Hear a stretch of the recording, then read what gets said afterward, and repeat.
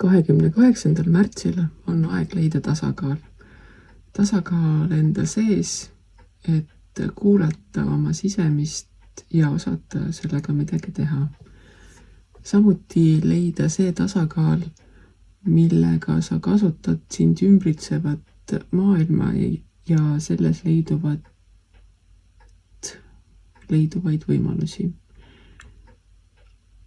Sa ei saa minna tegudele enne, kui sa ei ole oma sisemusest üles leidnud seda kohta, kus sa täpselt tead, mida on vaja teha, kuidas on vaja teha ja ka seda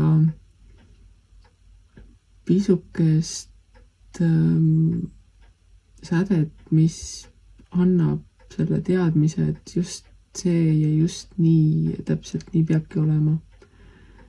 Igal juhul tasub leida see tasakaalupunkt, see vaikuse hetk, kas või enne tormi, millel sa julged, tahad ja saad vaadata enda sisse, et mitte minna pööraseks, kuid ka mitte hoida ennast liialt tagasi.